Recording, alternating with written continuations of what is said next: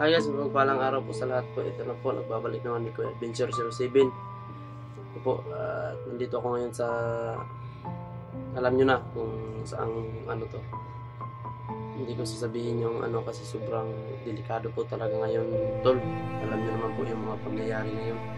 Kina Remark at kina mga kaibigan natin ng mga hunter po. Alam natin ano yung mga nangyayari. Nilusob sila ng mga hindi natin alam kung anong klase mga tao yun, magnanakaw ba o mga ano. Kaya ako nga dito nag-iingat din at lalong-lalo na rin sa pamilya ko po, iniingatan sila. Yun nga po, nakita niyo yung update namin sa pamilya ko na ano, yung pamilya ko ay nasa safety na po, nasa safety na please na ano na sila, na nandun malapit lang kay Pinuno. Huwag kayong mag-alala tol, at ako din hindi ako mag-alala doon kasi yung tinitirahan ng mga magulang ko tol ay malapit lang po sa detachment. Ayun po, pagsabi nila na ilipat ko doon yung mga magulang ko doon sa malapit ng may detachment po, wala ako, hindi po ako nagdadalawang isip po na ano, yun, pumayag naman ako kasi para din sa safety po nila. Alam niyo naman tol, ngayon sa panahon ngayon ay sa grupo namin ngayon ay nagka-alerto kasi may parang bumaba na siguro yung mga kalaban tol. Yun ang binahay-bahay na yung mga hunter. Alam niyo naman po. Ngayon tol, may itatanong yung iba kasi maraming nagtatanong kasi sa update namin, hindi ko po nabigkas yung asawa ko po. Yun po ay hindi ko po nabigkas doon. Marami po nagtatanong nasan po ba, bakit hindi kasali sa update po. Yun, dito na po tatanungin ko talaga, kaya sasagutin ko yung mga tanong niyo tol. Ganito po kasi ito, yung nasa bundok pa kami, hindi kami nakapag-video. Nakapag-video kami pero sobrang pangit ng video to kaya hindi namin naisipang i-upload. Kaya ngayon ipapaliwanag ko sa inyo kung anong nangyari, at napaliwanag na din Papa sa akin kung anong nangyari at bakit please yung asawa ko. Ganito kasi tol, nung ano namin kay Papa, pag rescue namin, wala talaga ako nakikita na asawa ko po tol. Tinitingnan ko, wala. Hindi pa ako sumusunod sa kanila nun. Sabi ko, bakit wala si ano? Sabi ko pa, huwag ka na doon ko na lang ipapaliwanag sa iyo kung anong nangyari. Bakit wala siya dito? Sabi ko, ano kaya nangyari? Nasa isip ko baka ginuha ng mga bandido, baka umalis lang. Yun po, hindi sana ako bababa nun tol. Hanapin ko sana, pero nakikita ko yung mga magulang ko na nahihirapan na din sila tol. At ngayon binaba namin, yun na biglang yun nga si Kuya Buds, alam niya na ano namin yun, kasi kami siya ng dugo, kailangan natin tulungan din yung mga kaya yung asawa ko tol ay sabi ni Papa pagdating na namin dito sa nasa baba na kami, ang sabi niya, umiyak ako nun tol kasi yung nasa ano ko, bakit wala, naguguluhan talaga ako. Kaya ngayon ipapaliwanag ko po sa inyo lahat, ipapaliwanag ko po, ganito po kasi yung nangyari to. Sabi kasi ni Papa, nandun pa sila madalas na daw umaalis, bumalik na naman. Pero nung mga ilang months na siguro yun, umalis daw tol na hindi nagpapaalam, at hanggang ngayon ay hindi po bumalik. Sinabihan ko po sa Papa, nandun pa ba yung mga damit niya? Sabi ko, wala, dinala. Yun po ay nagduda na po talaga po saan siya. May kasama na yung iba, kaya ayan, naliwanagan na sana kayo tol na iyan ko sa inyo yung tunay na pangyayari talaga. Ito lang yung nagtatanong, sobrang dami kasi nagtatanong ko, kasi ako din alam niyo naman, siyempre ano din sa wala, pero at least nandun na yung mga magulang ko tol. Focus muna ako sa kanila ngayon. Po tayo wala tayong sapat na ano, pero kakayanin ko po ang lahat para po mabuhay sila Papa. kasi hindi pa po pwede silang lumabas para kasi hindi ko na rin sila pa patrabahuin kasi alam nyo naman po yung mga edad nila. Si Papa ay may sakit pa sa tuhod, masyadong nakakalakad, mabigla siguro sa Anton, pugis ka na ang ko sila, pagtatrabahuin ko sila na may edad na po. Kaya ako na lang po ang maghanap ng paraan para may makain sila araw-araw tol. Hindi pa tayo masyadong oo nga, simula pa lang tayo. Panginoon na po ang bahala. Sana hindi niya ako pababayaan sa sitwasyon ko ngayon tol. At sa mga din sa yung mga kasamahan ko dyan, mag-iingat kayo kasi alam ko din na yung mga ngayon ninyo sitwasyon yun, lalong-lalo na kay Raymart na binabalik-balikan ang kanyang bahay tol. Bro, mag-iingat ka dyan. Ngay, Raymart, mag-iingat kayo dyan. Ako nga dito halos hindi ako lumalabas dito kasi lagi ako nag-aalip po. Wait lang tol ah.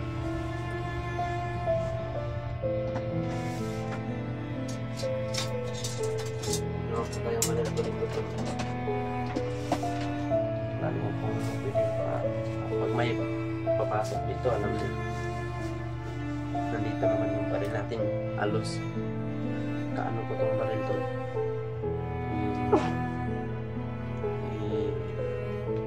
katabi ko to sa pagtulog kasi ito yung alam nyo na, ito yung makakaano ngayon sa atin.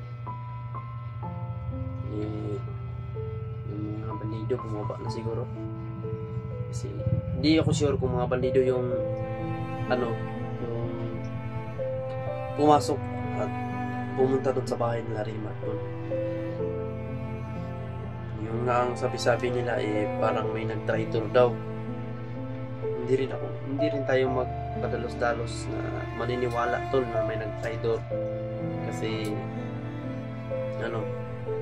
maraming tao din na sa atin, yung mga trabaho natin, baka may naka-spy ba sa kanila, kaya nasundan siguro at natuntun yung bahay ni Raymart. Sabi nga magnanakaw daw tol. Sabi ko parang hindi na siguro magnanakaw yun kasi binabalik-balikan tol, pabalik ng pabalik yung natin siguro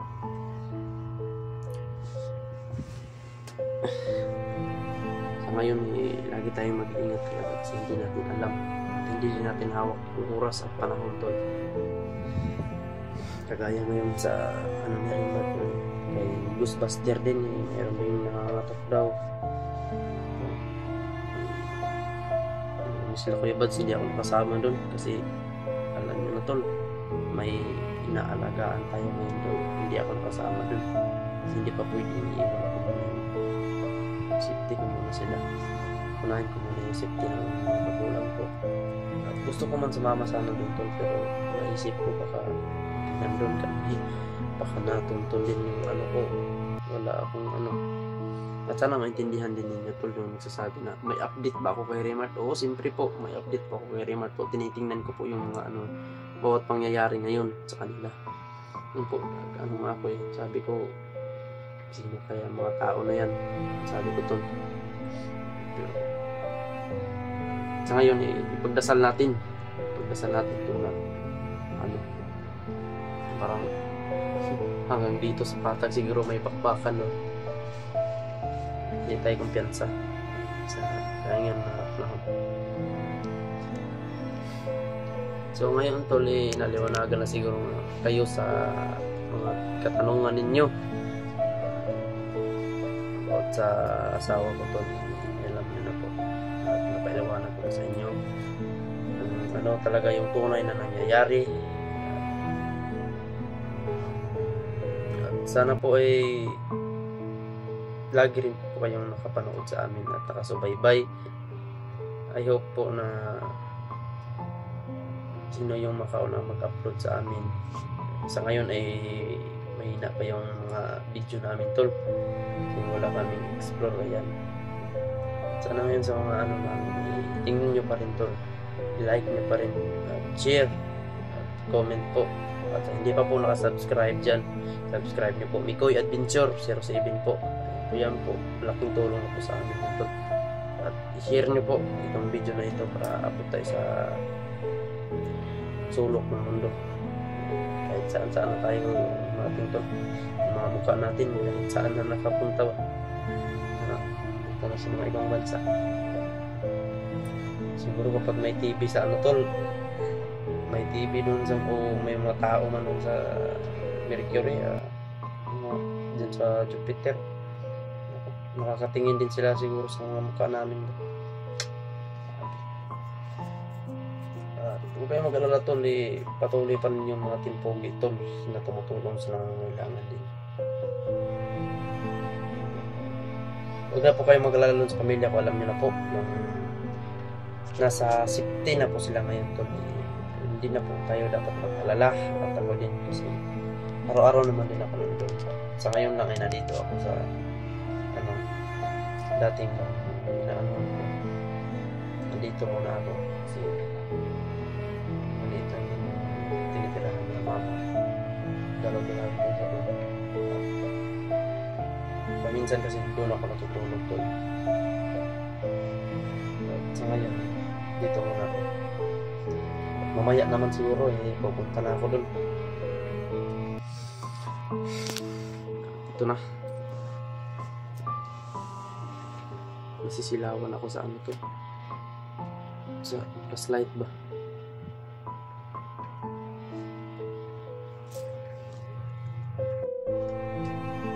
Ay, putol yung na-storage yung ano ko to, cellphone. Ako po, magdi-delete ako ng video nito. Ay, pahinga muna tayo at kakatapos ko lang din mananghalian tol. At nandito ako sa kwarto, pahinga muna, palamig at naniniid ba, kung baga sa Bisaya, naniniid pa sa palibot ba. Hindi mga kanaas ay itigid sila ni 4-6 na ka, 4-6, 4-5 na Huwag sila ito, bro nila ginhadlok ko nila ito nila ginoon lang kayo magdaog sa nga nga God. Ano nga sa akong kuhan permi ko alerto tol, basig magkaong ko magdadago kay takin guguan kaya wata kabalo bag sungkit kong tagkalit. Delikado kayong panahon doon nga nga sitwasyon nila Rimart. Adlok kayo dito kay gisulod na gid lang balay tol ba, pinasok na yung bahay ni Rimart. Walang takot na yung mga tao na yun, kaya andun sila Kuya Buds kahapon at nag-ano sila doon kasi hindi ako nakapunta kasi alam nyo naman tol, at sana maintindihan din ninyo po yung sitwasyon ko ngayon tol. Yun po, may pinaprotektahan din akong tao, yan, siyempre yung mga magulang ko tol. At sa ngayon yun nga, palagi kaming alerto talaga kasi yung mga pangyayari hindi natin hawak yung panahon at oras tol. Kahit malapas ka dyan, masagasaan ka ng put-put, naku, madadali ka talaga. Kaya sa ngayon mag-iingat talaga tayo bawat lakad natin, magdasal tayo palagi kung saan man tayo pupunta. Magdasal po tayo. Yun po, yun ang paliwanag ko na po tungkol sa mga magulang ko tol. Yun po, ako po muna ang ano ngayon sa kanila, yung mga gastusin ano po, paano po tawag sa Bisaya nabubulol ako magtagalog tol. Talagang Bisaya tayo ba, hindi tayo marunong Tagalog, pero marunong ako kunti lang tol ba, kunti. May minsan kasi tol kapag maganda yung araw ba, malakas yung Tagalog ko tol, parang malupitan talaga. Yan po sa nagsasabi ngayon bakit pa daw ako malungkot, hindi naman po tol, ganito lang po siguro yung ano ko. Ini-enjoy ko naman po ngayon yung sarili ko tol, kasi nandyan na yung, alam nyo na, nandyan na yung matagal ko nang hinahanap at hinihintay na makuha at makasama. At nandito na sila. Yan po, masaya tayo. Maraming salamat din sa inyo, sa lahat ng nagpalipad ng dasal tol sa amin na makuha at ma-rescue na yung pamilya ko po. Yan po, maraming salamat po sa inyo at sa pagpatuloy ng suporta po sa akin, sa lahat ng team namin po, ila Kuya Buds at Kuya Alpha. Yan po, sila Rimart, Mukong, at saka si Pinunong Gabriel po. Sa lahat po ng mga hunter po, maraming salamat sa suporta niyo. Naiiyak ako to. Tumulo yung sipon ko.